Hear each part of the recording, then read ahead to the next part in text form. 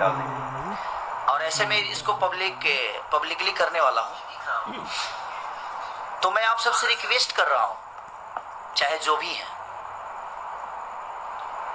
और जो भी मेरे पे कोई भी नेगेटिव न्यूज जो भी बनाया,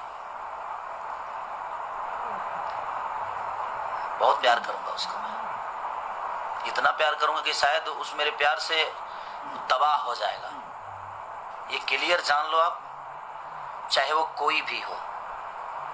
आप हमें प्यार करते हो, अच्छा लगता है, हम भी आपको बहुत प्यार करते हैं। हम आप हर आदमी के सपोर्ट में मैं खड़ा होता हूँ। मजबूरी हो जाए तो भी मैं खड़ा रहता हूँ।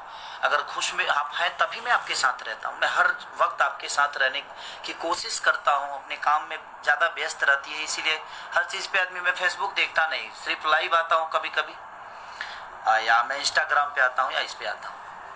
लेकिन मैं आपसे हाथ जोड़ के रिक्वेस्ट कर रहा हूँ, मेरे खिलाफ कोई भी न्यूज हो, चाहे वो कोई भी होगा, मेरा फोटो डालने से पहले और मेरा नाम लेने से पहले एक बार परमिशन प्लीज ले लेना, नहीं तो मैं चैनल को कहां लेके जाऊंगा उसका अंदाजा आपको भी नहीं होगा। आपके चैनल को आने में मुझे इतना टाइम नहीं लगेगा।